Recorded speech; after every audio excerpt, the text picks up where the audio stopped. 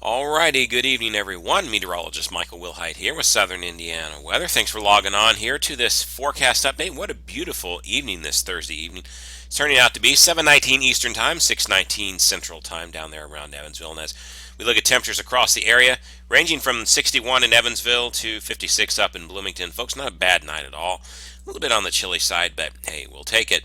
No rain, at least in the area, and that's going to stay around for at least another day. We're sponsored today by Welps Farm and Greenhouse. They're located in Birdseye, Indiana. You can give them a call, 326-2709. Visit them at 7907 East State Road 64 in Birdseye, folks. It is spring planting season upon us. Now we've got temperatures tonight going down to maybe the upper 30s again, so some light frost concerns could be possible around the area again. Points off to our east may get even near the freezing mark, so might be a good night to go ahead and take your plants in tonight. But other than that, it looks like that's the last extremely cold night that we're going to see for a little while, the way things look. But folks, it is spring planting season upon us again. You need your annuals, your perennials, your vegetables, lawn seed, all kinds of things. Visit them at Welps Farm and Greenhouse and tell them Southern Indiana Weather sent you. Alrighty. Going back here, what you can see as we zoom out is a little bit of rain well off to our, sort of northeast there. But as I just back out the satellite and radar here, you can see pleasant temperatures, even if they're a little bit chilly across the area, and really just not a whole lot going on. We're sandwiched between weather systems. Now we got some weather systems moving out here to our west and to our southwest, and that'll move into our area. That'll be our next rainmaker. In fact, it looks like rain will start to break out tomorrow night. Friday looks like a pretty good day overall, but by Friday night, late into the evening hours potentially onward, we'll start to see some rain chances move in. Now Saturday, there is the chance of some stronger thunderstorms. In fact, social media already a buzz about the potential for some severe weather, and I've heard it hyped up from a bunch of people on, well, it could be a significant event. And well, let's just take a look at the data, folks. Here's what we know right now. First off, Storm Prediction Center has placed a very, very, and I mean very small portion of Indiana under a slight risk for severe weather, marginal risk for the rest of us. This will make sense exactly why when I show you in a minute. But nonetheless, a slight risk for some of us categorically. That translates to a 15% risk here and a 5% risk here in the marginal area. And what you see is most of southern Indiana, it doesn't really have a strong risk with this. It's mostly more to our south. Well, let me show you exactly why there. First off, I tell you what, let me go to temperatures first because I think that will illustrate it best. Temperatures, notice the temperature gradient. Here is your high temperatures expected during the afternoon on Saturday, and you can see a wide temperature variance.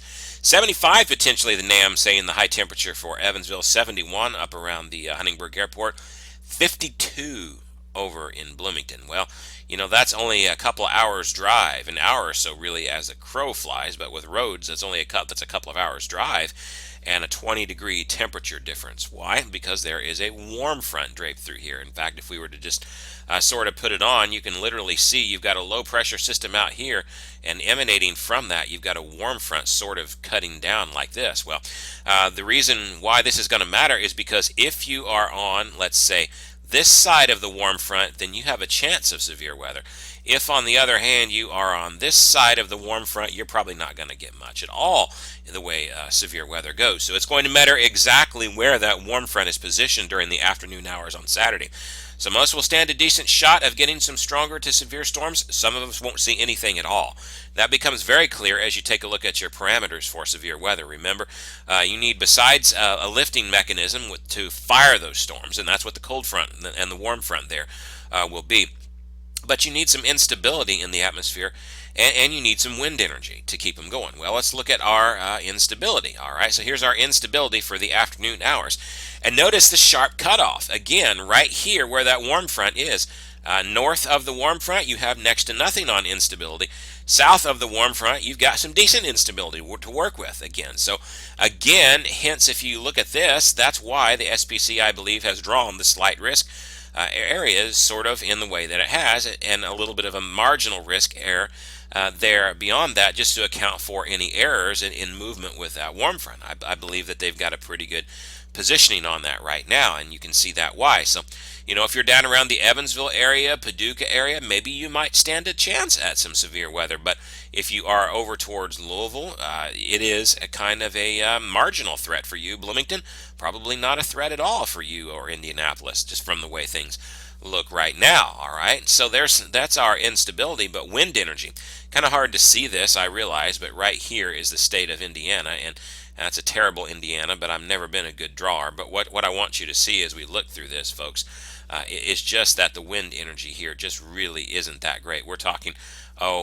maybe a 50 knot wind energy at the 500 millibar level. That'd be about 18,000 feet up. It's just really not that impressive of wind energy. It's there, but it isn't strong wind energy. The other thing that's not impressive, the low-level jet. As you take a look at the low-level jet, you're talking 25 or 30 knots potentially for your wind energy there. And again, that's also just really not that impressive.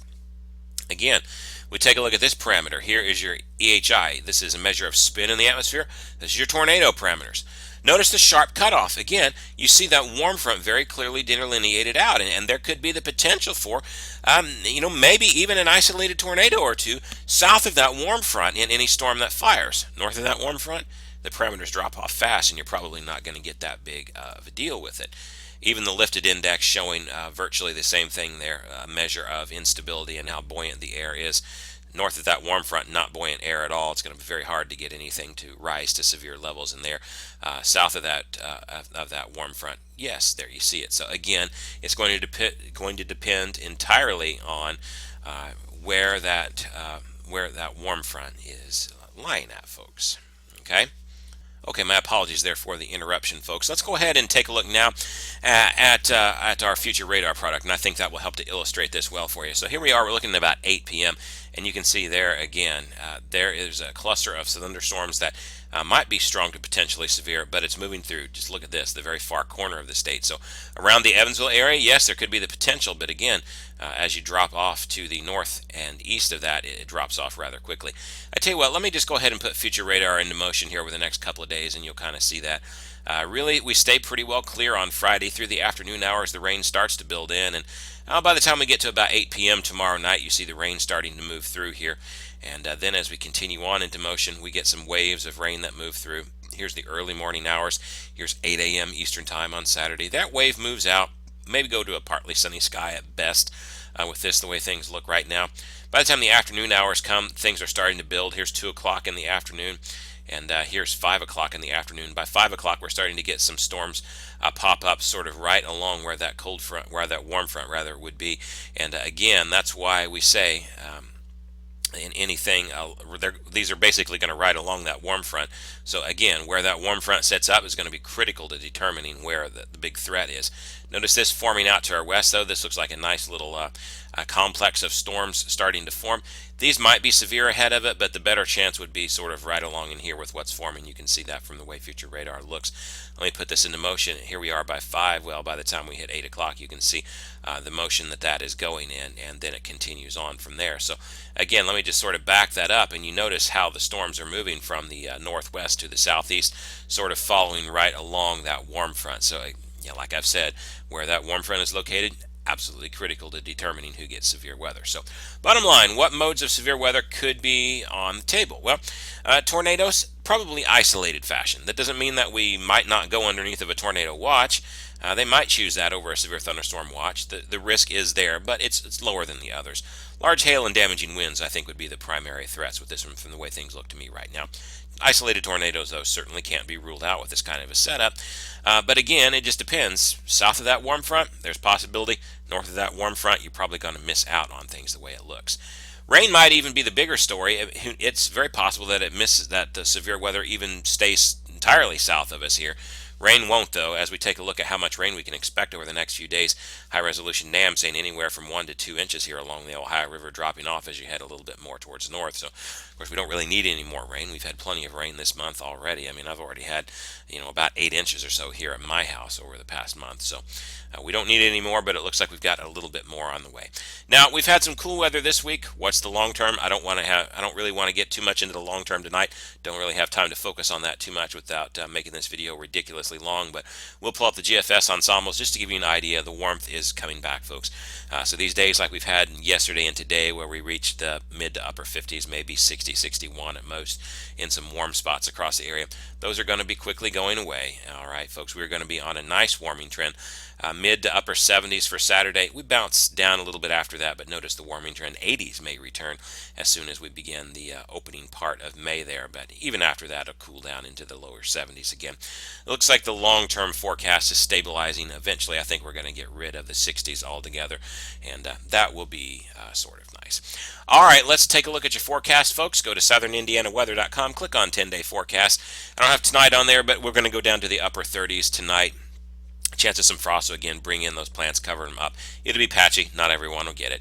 63 your high tomorrow. Again, rain will move in tomorrow night. Really from about dark onward is when those chances will start to kick in, and they will be likely, as I showed you on future radar. So better chance of rain comes on Friday night and on Saturday then, and strong to severe storms possible. I'm not going to say they're likely. South of us, maybe around here, it's kind of iffy. We'll just have to monitor that. Of course, I'll be around on Saturday providing updates over on Southern Indiana Weather on Facebook. Follow me on Twitter at SouthernINWX, and I'll have updates throughout the day on any of the potentially for severe storms that roll in. We'll just see where that warm front sets up. That will be crucial. Otherwise, though, not a bad day. 65 or so on Saturday. I went a little bit on the cold side. Some of the GFS ensembles really want to warm us up into the upper 70s. I'm not seeing that. 65 here at the Huntingburg weather office, where here in Huntingburg at the weather office where I forecast. If you're headed towards Evansville, it may be definitely into the 70s. Again, really just depends on where that warm front sets up, so it's very hard to forecast for Saturday at this point. Beyond that, though, some nice weather returns, and you can see just some small chances of rain in the forecast after that before we start to the return to the 70s and even 80s by the time the outlook ends. All right, folks, that's it for this update. I'm meteorologist Micah Wilhite for Southern Indiana Weather. Have a great night, folks, and stay safe, and keep it tuned here to Southern Indiana Weather as we track these storms over the coming days.